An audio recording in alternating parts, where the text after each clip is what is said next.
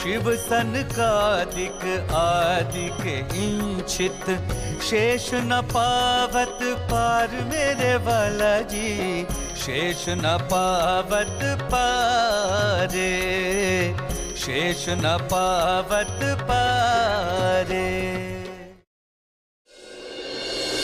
जिनके चरणों में अनंत ज्ञान, प्रेम, आनंद और शांति का सागर लहरा रहा है, जिनकी कृपा के सागर की एक बूंद से ही समस्त ब्रह्मांड को अखंड मुक्ति का उपहार मिला है, जिनके हृदय से प्रवाहित होने वाली तारतम वाणी की अमृत धारा समस्त विश्व को अपने आंचल में समेट लेने वाली है, जिनको अपने हृदय मंदिर में बसा लेने पर एकरूपता का मधुर एहसास होता है, उस प्राणेश्वर, प्राण प्रियतम, प्राण वल्लभ, प्राण जीवन, प्राणनाथ के चरणों में हमारा सर्वस्व समर्पण है। हमारी अंतरात्मा की यही पुकार है, बस तू ही तू है, तू ही तू है, तू ही तू है। पता चला है कि सूरत में वेदांताचार्य भीम भट्ट, श्याम भट्ट, वल्लभी मत के आचार्य, गोविंद जी व्यास जैसी विभूतियां भी मिहिरराज की शरण में आ गई हैं, और भी सैकड़ों लोग तारतम ज्ञान लेने के लिए उनकी शरण में आ रहे हैं।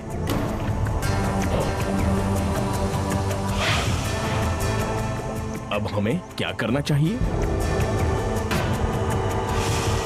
मैं भी यही सोच रहा हूँ नाग जी। वैसे तो उसकी गुस्ताखियों से हम बहुत नाराज हैं। हमारी आज्ञा के विरुद्ध उसने धारा, राम जी आदि को शरण जो दे रखी है,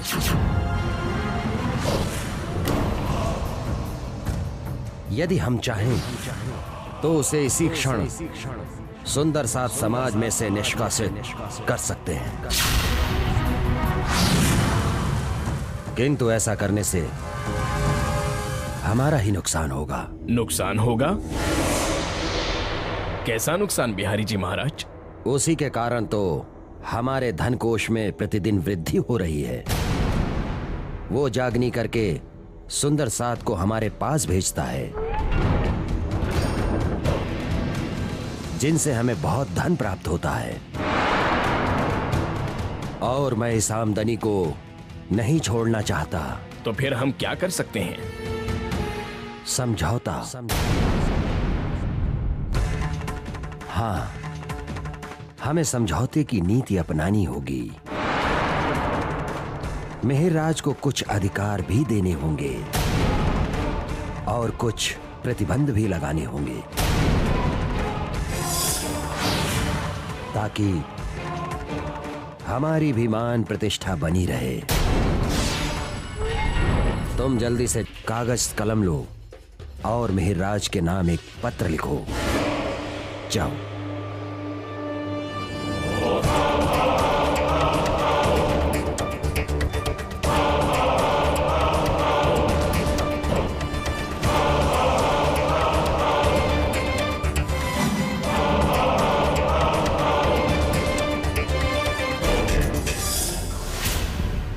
प्रिय मिहिरराज, तुरंत शुरू कर दें, ताकि यहां भी इन नियमों को आसानी से लागू किया जा सके। पहला नियम है,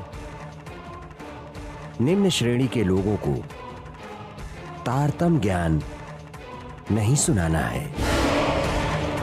दूसरा नियम है, विधवा स्त्रियों को भी तारतम ज्ञान नहीं सुनाना है। और तीसरा नियम है कि तारतम ज्ञान आप और मैं ही सुना सकते हैं,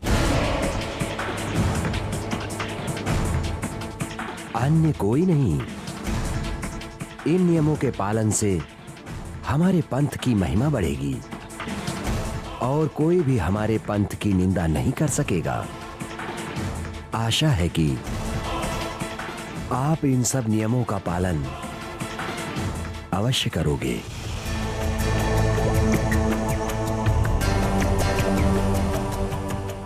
आपका धाम धनी बिहारी जी।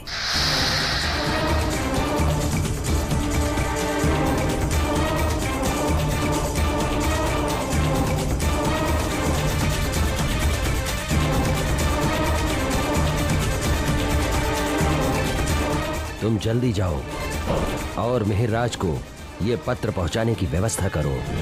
जो आज्ञा धामधनी।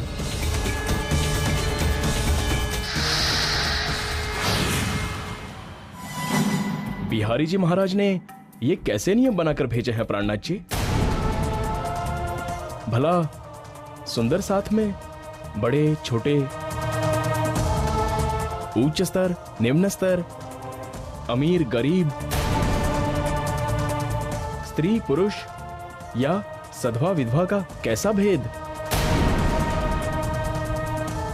आत्मा तो सबकी समान होती है। गोवर्धन जी, आप कागज कलम लीजिए और इस पत्र का जवाब लिखिए।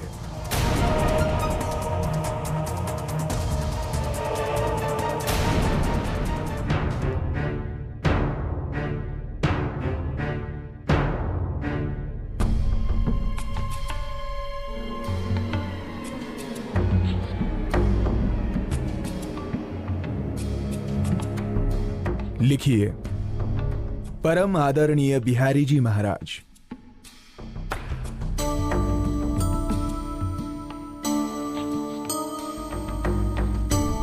आपके बनाए हुए नियमों के विषय में मैं आपको यह कहना चाहता हूं कि आप बाहरी देह दृष्टि छोड़ें और आत्मिक दृष्टि से विचार करें कि सद्गुरु श्री देवचंद्र जी ने हमें कौन सी राह बताई है। आपके द्वारा बनाए तीनों नियम उनके विरुद्ध हैं। आपने अपने पहले नियम में जाति की बात कही है, किंतु देवचंद्र जी ने जातिवाद को कभी भी नहीं माना है, क्योंकि आत्मा की कोई जाति नहीं होती।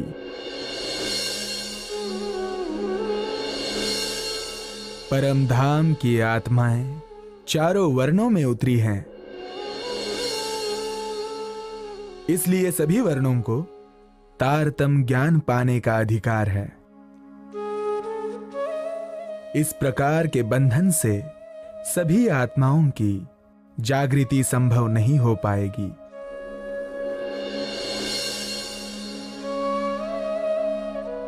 और वैसे भी परम धाम की ब्रह्म सृष्टियों को जाति की दृष्टि से देखना महापाप है।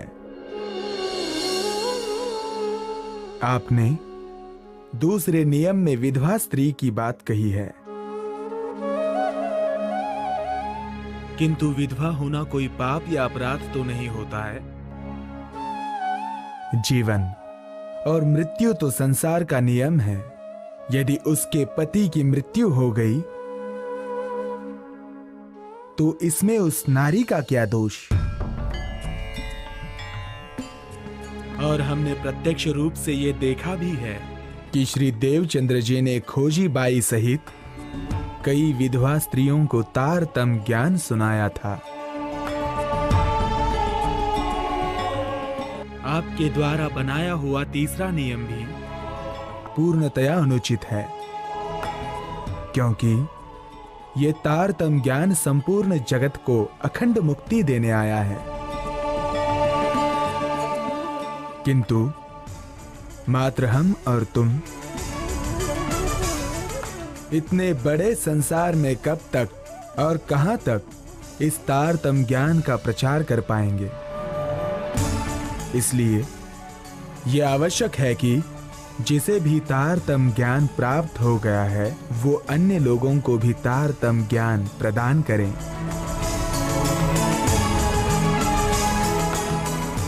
आशा है कि आप मेरे विचारों से सहमत होंगे। शेष कुशल। आपकी चरण रज मिहिरराज। गोवर्धन जी, इस पत्र के साथ में बिहारी जी को कलश ग्रंथ भी भिजवा दीजिए, ताकि उन्हें ये भी पहचान हो जाए कि श्रीराज जी की शक्ति कहाँ विराजमान है। जी। इंद्रावती ने हूं अंगे संगे, इंद्रावती मारूं अंग, जे अंग सौंपे इंद्रावती ने, तेने प्रेमे रमाडू रंग।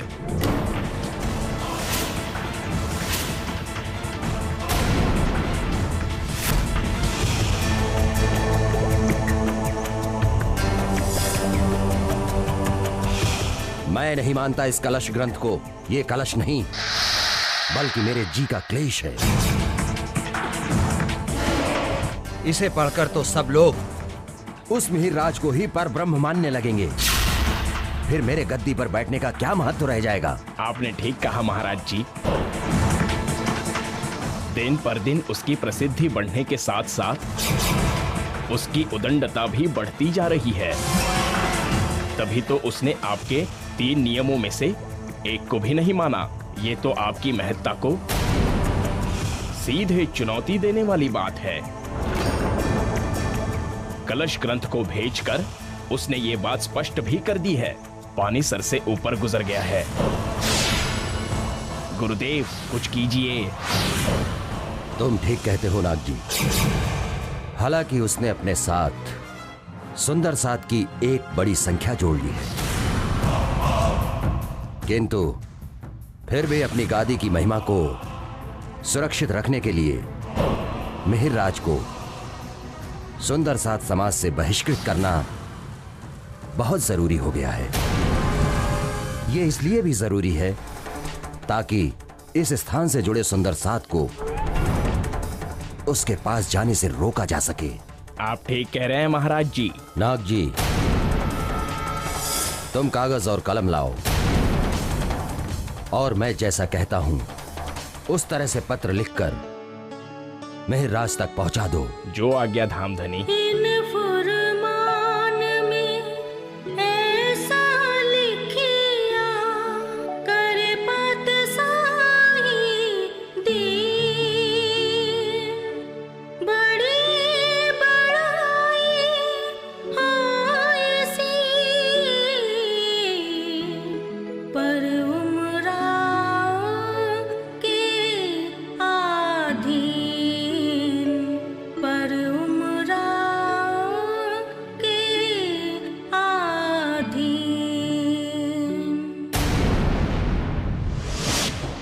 मिहिरराज, मैं अच्छी तरह से जान गया हूँ कि तुम कविता लिखने में प्रवीण हो गए हो, और ये भी समझ गया हूँ कि सद्गुरु श्री निजानंद स्वामी जी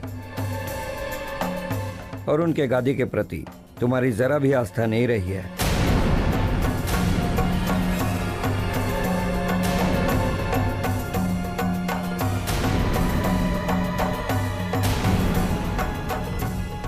जिस भी सुंदर साथ को मैं धर्म से बहिष्कृत करता हूं, उसे तुम अपने पास रख लेते हो, और जिस नियम का पालन करने को कहता हूं उसे अमान्य कर देते हो।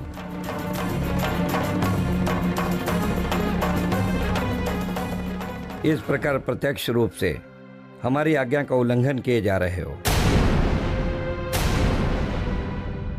इससे यह सिद्ध होता है कि तुम मुझे सद्गुरु का उत्तराधिकारी और धामधनी भी नहीं मानते हो। आज मैं जान गया हूं कि तुम परम धाम की आत्मा नहीं हो।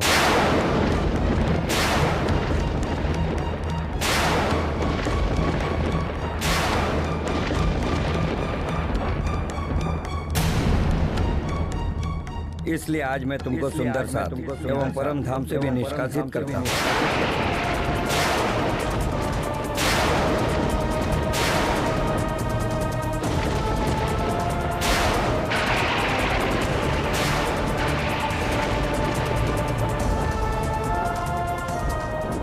आज से हमारा और तुम्हारा कोई संबंध नहीं रहेगा।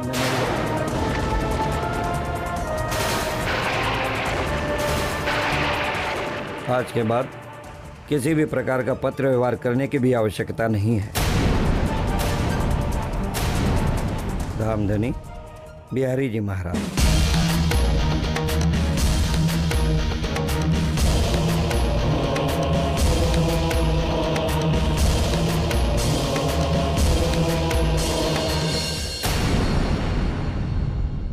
बिहारी जी महाराज ने यह बिल्कुल भी ठीक नहीं किया है।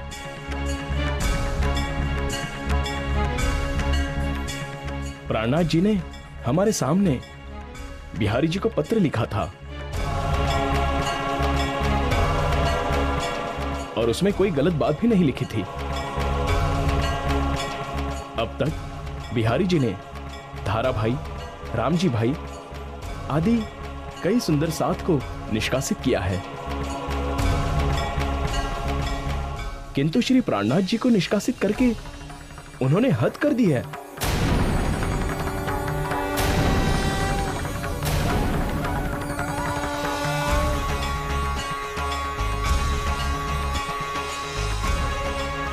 आप बिल्कुल ठीक कह रहे हैं गोवर्धन जी।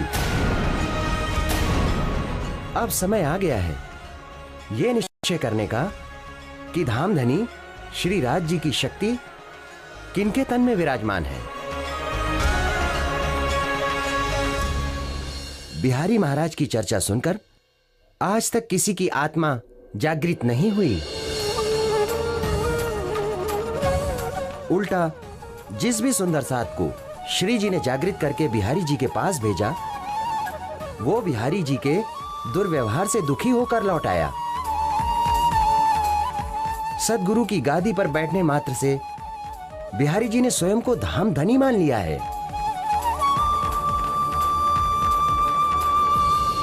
जबकि हम सब प्रत्यक्ष देख रहे हैं कि धामधनी की कृपा किनके ऊपर है। आप बिल्कुल ठीक कह रहे हो भीम भाई, हम सब आपका समर्थन करते हैं। हम सब आपका समर्थन करते हैं। हाँ हाँ, हम सब आपका समर्थन करते हैं। हे प्राणनाथ जी, हम अच्छी तरह से जानते हैं कि वे अक्षरातीत श्री जी साहेब, प्राणों के नाथ श्री राज जी महाराज आपके ही अंदर विराजमान हैं। हमें बिहारी जी महाराज से कोई मतलब नहीं है। हम अपना सर्वस्व आपके चरणों में समर्पित करते हैं और निवेदन करते हैं कि समस्त आत्माओं की जागनी का कार्य आप अपने सिर पर लेवें। प्राणनाथ प्यारे की जय। प्राणनाथ प्यारे की जय। प्राणनाथ प्यारे की जय। प्राणनाथ प्यारे की जय।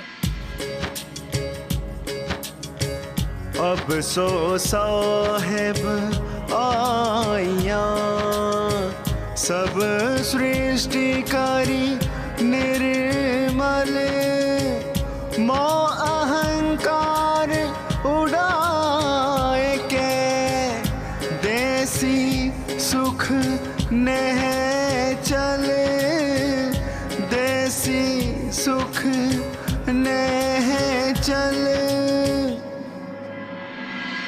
इस प्रकार सभी सुंदर साथ ने रूढ़िवाद, वंशवाद और अंध परंपराओं की दीवार को तोड़ते हुए मिहिरराज जी के तन में विराजमान आत्मा के प्रियतम, प्राणों के नाथ श्री जी साहिब जी की पहचान की और उनके चरणों में अपना सर्वस्व समर्पित कर दिया। तब श्री जी ने बिहारी जी के पत्र का जवाब लिखकर भेजा। आदरणीय बिहारी जी, आपने भले ही मुझे सुंदर साथ में से निष्कासित कर दिया है, किंतु श्री राज जी का आदेश मानकर समस्त आत्माओं के जागनी कार्य की जिम्मेदारी मैं अपने ऊपर लेता हूँ। यदि मैं निस्वार्थ भाव से इस सेवा को करूंगा तो श्री राज जी की कृपा से अवश्य सफल होऊंगा। मिहिरराज।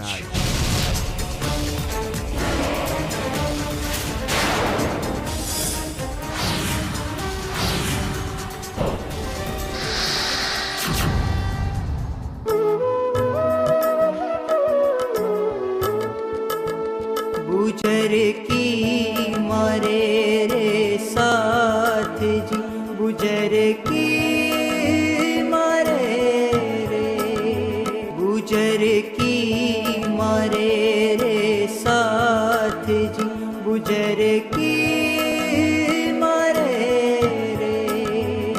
जिन गुजर की लई दिल पे, तिनको कोई ना उबारे, गुजर की मारे रे साथ जी, गुजर की मारे रे।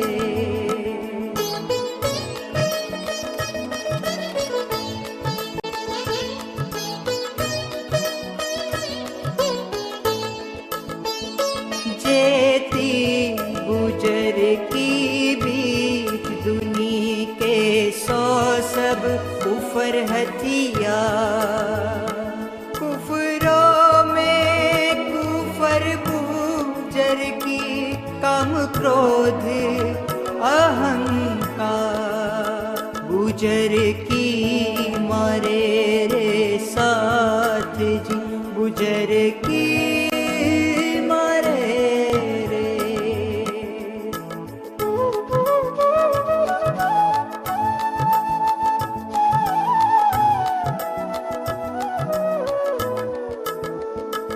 इन माया में कोई गुजर की छुट खुदा जो लेवे, सोते है किक आपे अपना, पाया फल सो भी खोवे, गुजर की मारे रे साथ जी, गुजर की मारे रे।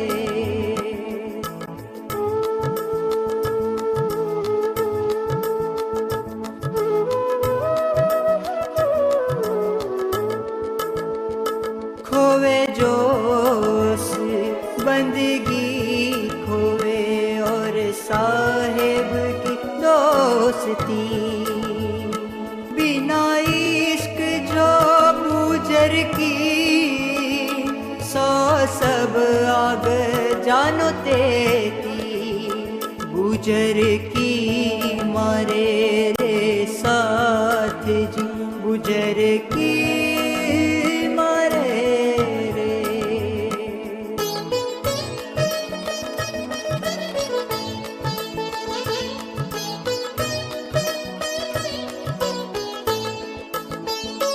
जो कोई मारे इन दुश्मन को, करे सब दुनिया को आसा, पहुँचावे सब चरण धनी के, तो भी लेना न तीन गुमा, गुजर की मारे रे साथ जी, गुजर की मारे रे।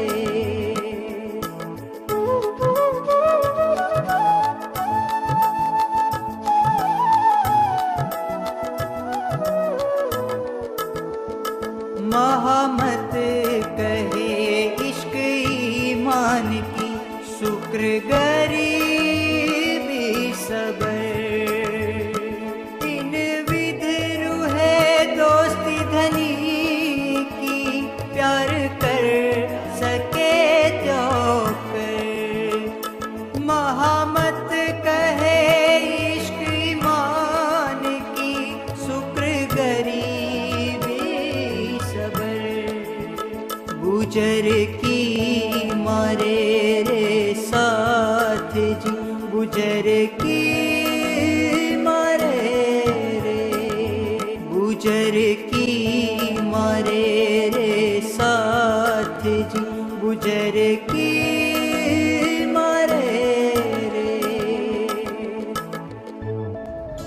अब मैं आपको वो घटना बताता हूं कि मैं किस प्रकार लक्ष्मण सेठ से लालदास बना, किस प्रकार धामधनी ने मुझे जागनी सेवा के लिए माया से निकाला, और प्राणनाथ जी के चरणों में पहुंचाया। उस समय मैं ठट्ठा नगर से सब कुछ छोड़कर अपने मूल निवास पोरबंदर आ गया था और वहीं से व्यापार व्यवसाय करता था।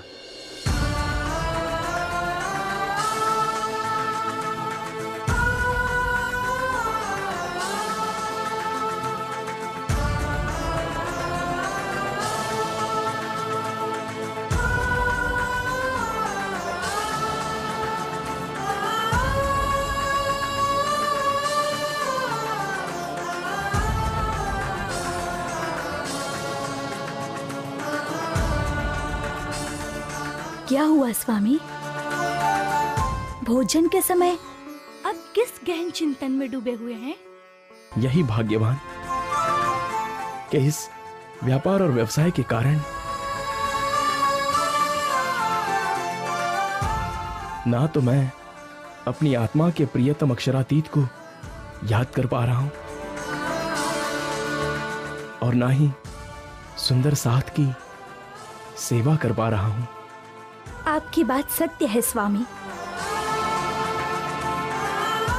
किंतु संसार में प्रियतम परब्रह्म के आदेश से ही उचित समय पर सब कार्य होता है। शायद तुम ठीक कह रही हो। बहुत बुरी खबर है सेठ जी, हमारे सारे जहाज समुद्र में डूब गए हैं।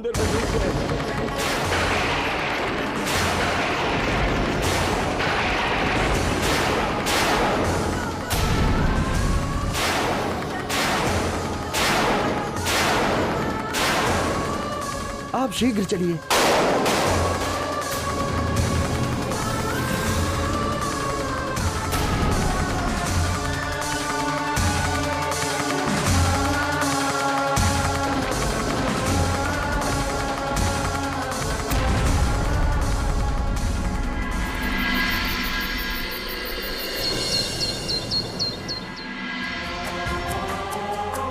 प्रणाम प्राणनाथ जी।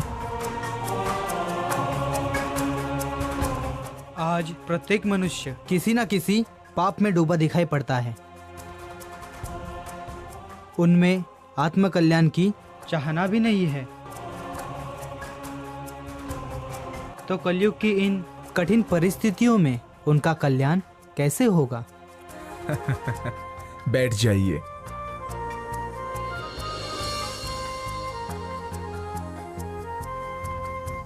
आत्मकल्याण का एक ही मार्ग है, ब्रह्म ज्ञान। क्योंकि कोई भी मनुष्य जानबूझकर अपना बुरा नहीं चाहता।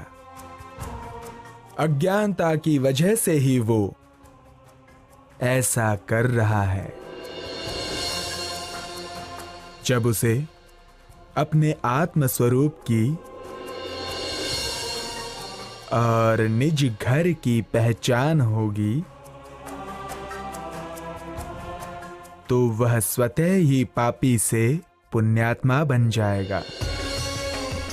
इसलिए परब्रह्म की शक्ति इस 28वें कलयुग में जागृत बुद्धि रूपी सफेद घोड़े पर सवार होकर तारतम ज्ञान रूपी तलवार लेकर सभी मनुष्यों के हृदय में स्थित अज्ञानता व दुर्बुद्धि रूपी कली शैतान को मारने आई है, ताकि सभी आसानी से उस परमानंद की प्राप्ति कर सकें। सुर असुर सबों को ए पति, सब पर एक दया, देत दीदार सबन को साईं, जिन्हू जैसा चाया, जिन्हू जैसा चाया।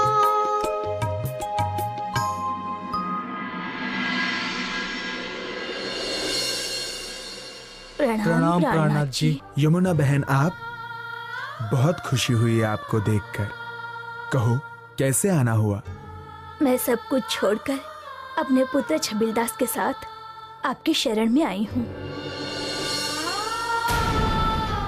और हम अपना बाकी का सारा जीवन आपके चरणों में बिताना चाहते हैं। क्या ये बात आपके भाई बिहारी जी को पता है? उनसे हमें कोई मतलब नहीं है, क्योंकि हम जानते हैं कि वे भटक गए हैं और आप ही सद्गुरु के बताए सत्य मार्ग पर हैं। ठीक है, यदि आपकी यही इच्छा है तो मैं आपको निराश नहीं करूंगा। आज से आप दोनों भी हमारे साथ ही रहेंगे। आपकी बड़ी कृपा है।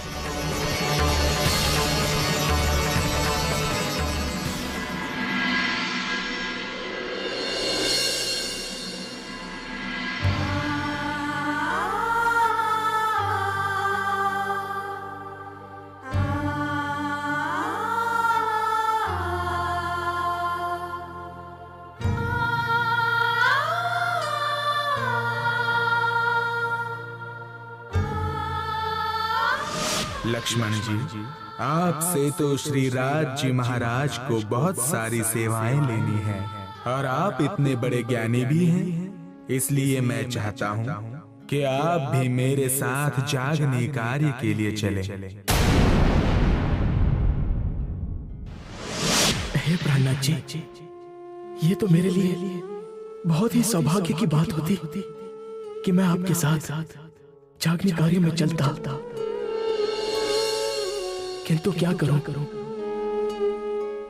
व्यापार का जाल इतना फैला हुआ है कि सब कुछ छोड़कर मैं आपके साथ तुरंत नहीं चल सकता,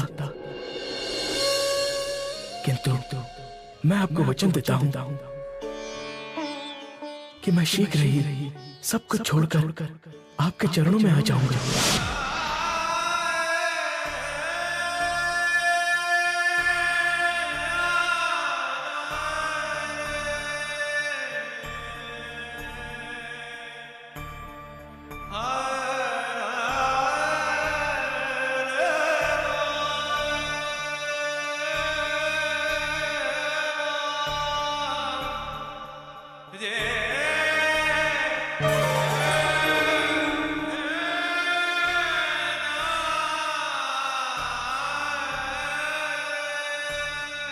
मैंने प्राणनाथ जी के चरणों में जाने का निश्चय कर लिया है,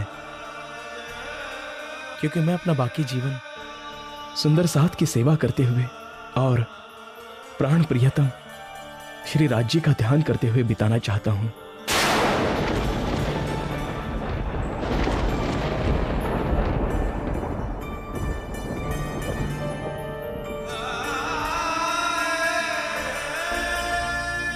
अब आप दोनों को निश्चय करना है कि आप हमारे साथ चलेंगी या यही गांव में रहेंगी। हमारा निर्णय है कि आप जहाँ रहेंगे हम भी वहीं रहेंगे। आखिर हमें भी अपने निज सुख की अनुभूति करनी है। हाँ पिताजी, हमें भी सुंदर साथ की सेवा करनी है। ठीक है, सर्वप्रथम हम नौतनपुरी जाकर धाम धनी बिहारी जी के दर्शन करेंगे, फिर श्री प्राणनाथ जी के चरणों में सूरज चले जाएंगे। आइए मुनिम जी, देनदारों से कुछ धनराशि प्राप्त हुई या नहीं? पता नहीं सेठ जी, सारे देनदार कहाँ मुँह छिपाए बैठे हैं, एक भी ढूंढे नहीं मिल रहा है, जबकि लेनदारों की कतार लगी है। ठीक है मुनिम जी,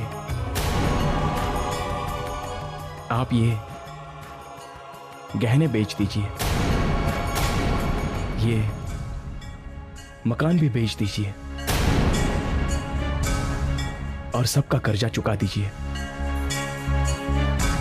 और इसके बाद भी जो बचेगा वो बाद में देनदारों से लेकर उन्हें चुका देना। आप ऐसे निराश ना हो सेठ जी, मैं दूसरी जगह से कर्ज की व्यवस्था कर सकता हूँ। आप फिर से व्यापार शुरू करें। परमात्मा ने चाहा तो धीरे धीरे सब ठीक हो जाएगा। नहीं मुनीम जी, ये तो माया से निकालने के लिए परमात्मा ने मुझ पर कृपा की है। अब मुझे दोबारा माया में नहीं फंसना है। अब हम अपना बाकी का जीवन अपने सद्गुरु के चरणों में बिताएंगे।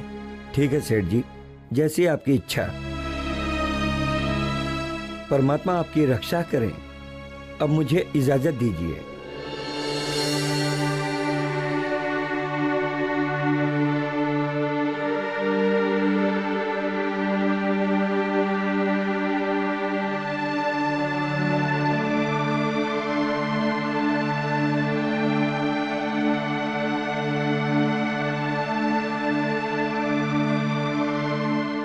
अब तुम दोनों नौतनपुरी चलने की तैयारी करो।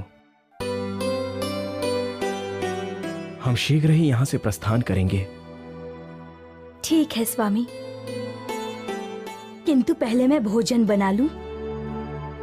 हम भोजन करके ही प्रस्थान करेंगे तो ठीक रहेगा।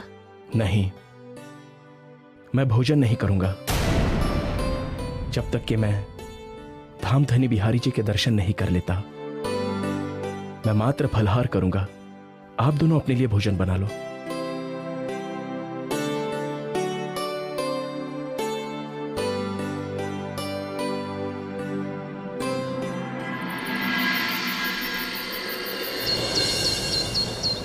और इस प्रकार मैंने नौतनपुरी जाने का निर्णय तो किया, किंतु किसी कारणवश मैं पहले सूरत चला आया, जहां श्री प्राणनाथ जी विराजमान थे।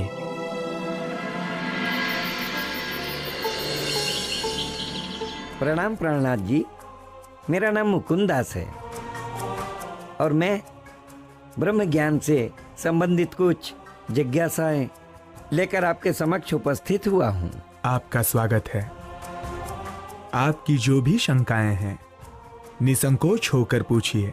वेद, उपनिषद आदि ग्रंथों में ब्रह्म को ज्योतिष स्वरूप कहा गया है। सभी महापुरुषों ने भी उस पर ब्रह्म को निराकार स्वरूप कहा है, जबकि आप उसे शुद्ध साकार स्वरूप कहते हैं। इसमें से सत्य क्या है, कृपया स्पष्ट करें। जिस प्रकार दोपहर के समय सूर्य को न देखकर केवल प्रकाश को ही देखा जाए, तो चारों तरफ प्रकाश ही प्रकाश दिखाई देने से उसकी कोई भी आकृति नहीं बन पाती है, किंतु व्यापक प्रकाश का स्रोत सूर्य एक आकृति रखता है। उसी प्रकार योगियों ने ध्यान में सृष्टि के कण कण में व्याप्त ब्रह्म सत्ता के प्रकाश को देखा है और ब्रह्म को ज्योति स्वरूप कह दिया और ब्रह्म सत्ता के व्यापक होने से उसे निराकार भी कह दिया।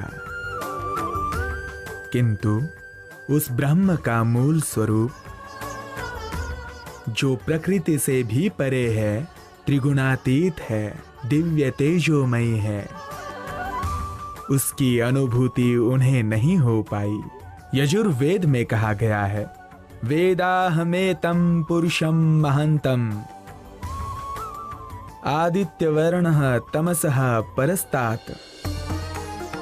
अर्थात प्रकृति के अंधकार से परे सूर्य के समान प्रकाशमान उस सर्वोपरि महान पुरुष को ही मैं परमात्मा के रूप में जानता हूं।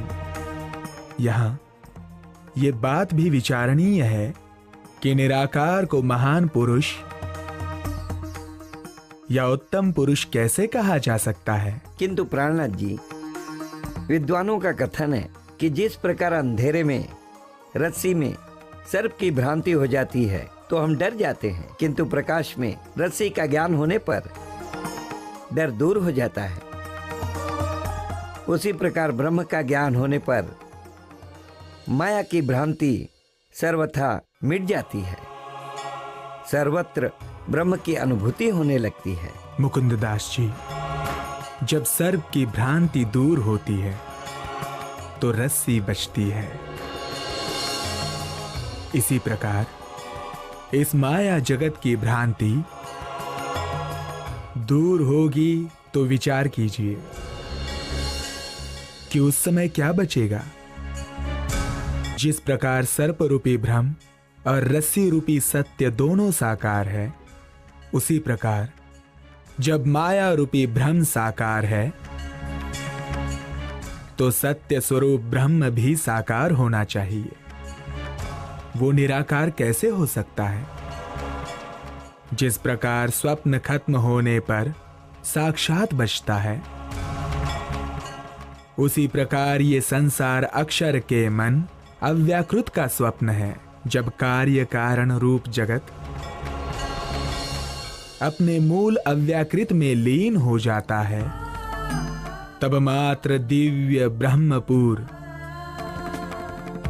और अक्षर के अंतकरण रूप चतुष्पाद अखंड रहते हैं। इसलिए वेदों में उस ब्रह्म को तमसः परस्तात अर्थात प्रकृति के अंधकार से परे कहा है। और सर्वम खल्वम इदम ब्रह्म का महावाक्य भी उसी दिव्य ब्रह्मपुर धाम में घटित होता है, जहां का कण कण सच्चिदानंदमयी है। वहां के कण कण में करोड़ों सूर्यों का दिव्य प्रकाश है। सुध बिना सुध बिना सुध बिना चलो जुग जाए रे। सुध बिना सुध बिना सुध बिना चलो जुग जाए रे। सुध बिना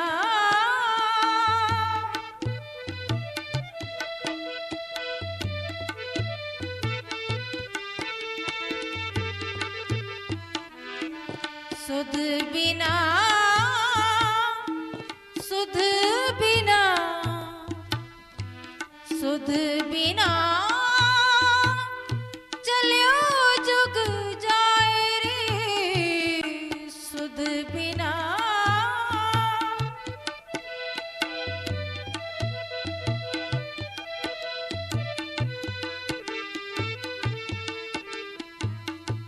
मूल प्रकृति मोह अहम ते उपजे तीनों गुण।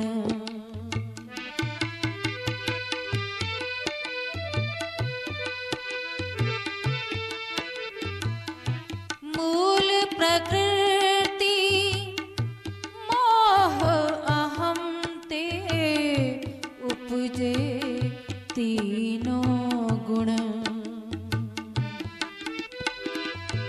सो पांचों में पसरे हुए। सो पांचों में पसरे हुए। अंधेरी चौदे भवन। सुध बिना सुध बिना सुध बिना चलो जुग जाए रे। सुध बिना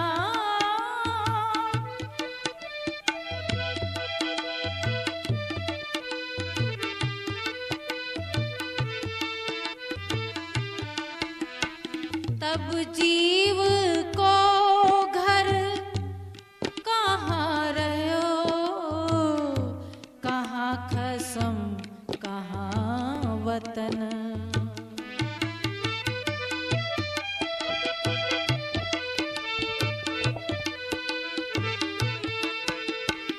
तब जीव को घर कहाँ रहो। कहाँ खसम कहाँ शिष्य नाम बहुत धरे, गुरु शिष्य नाम बहुत धरे, पर ए सुध परी ना किना, सुध बिना, सुध बिना, सुध बिना चलो जुग जाए रे, सुध बिना।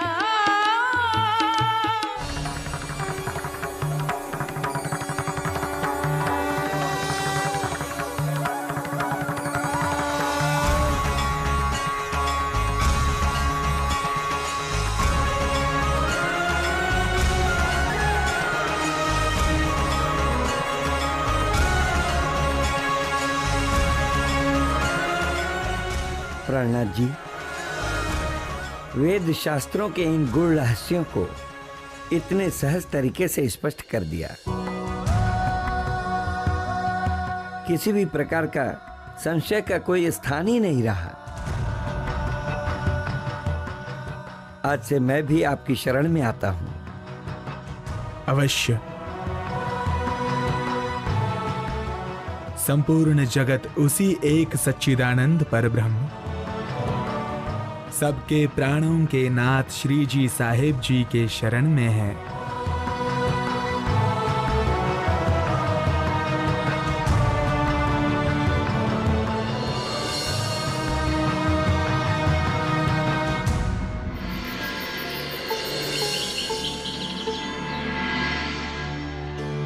प्रणाम।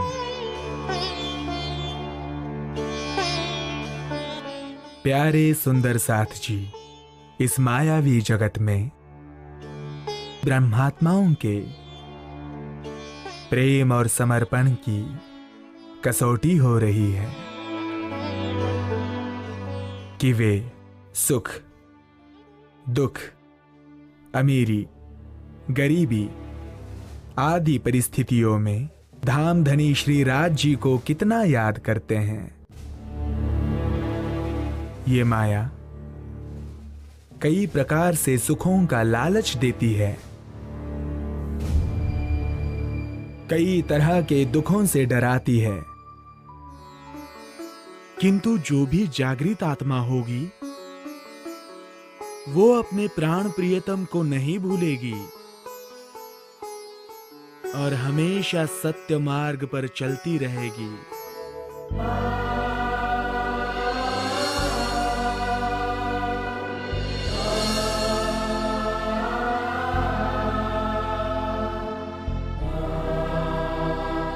प्रणाम प्राणनाथ जी। आओ लक्ष्मण सेठ, आपको देखकर बहुत खुशी हुई।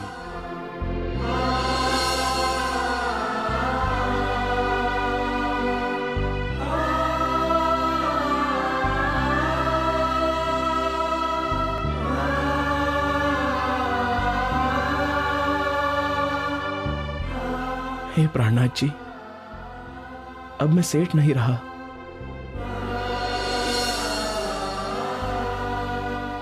मेरे सारे जहाज समुद्र में डूब गए, गोदाम का सारा सामान जल गया है। अब मैं खाली हाथ होकर आपकी शरण में आया हूं।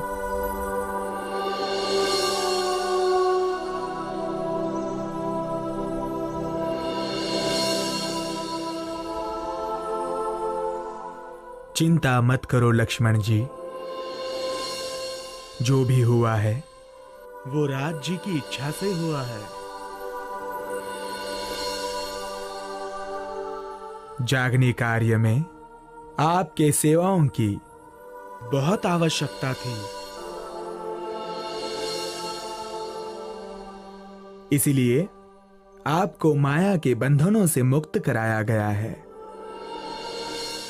आज से तुम लक्ष्मण दास नहीं बल्कि लाल दास के नाम से जाने जाओगे।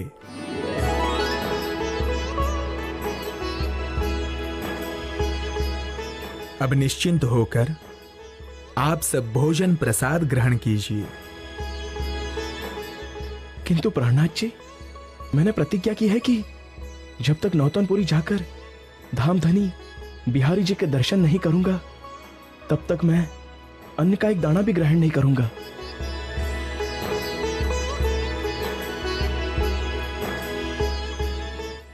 तुम्हारी प्रतिज्ञा पूरी हो चुकी है लालदास, क्योंकि तुम धामधनी के चरणों में आ चुके हो।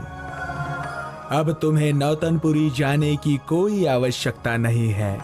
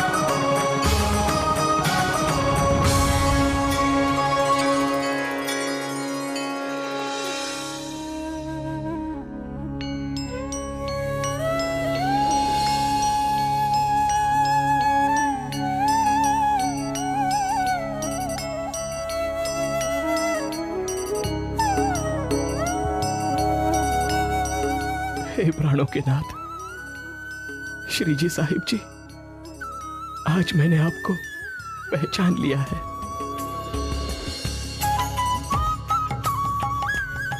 आज के बाद मैं कभी भी आपके चरणों से जुदा नहीं होऊंगा।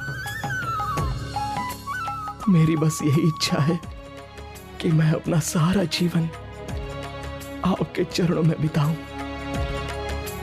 अब आप सब जाकर भोजन प्रसाद ग्रहण कीजिए, क्योंकि आप सब बहुत थक गए होंगे। जी प्राणनाथ जी। शिव जी। जी प्राणनाथ जी। इनके भोजन एवं रहने की व्यवस्था कीजिए। जी प्राणनाथ जी। जाइए।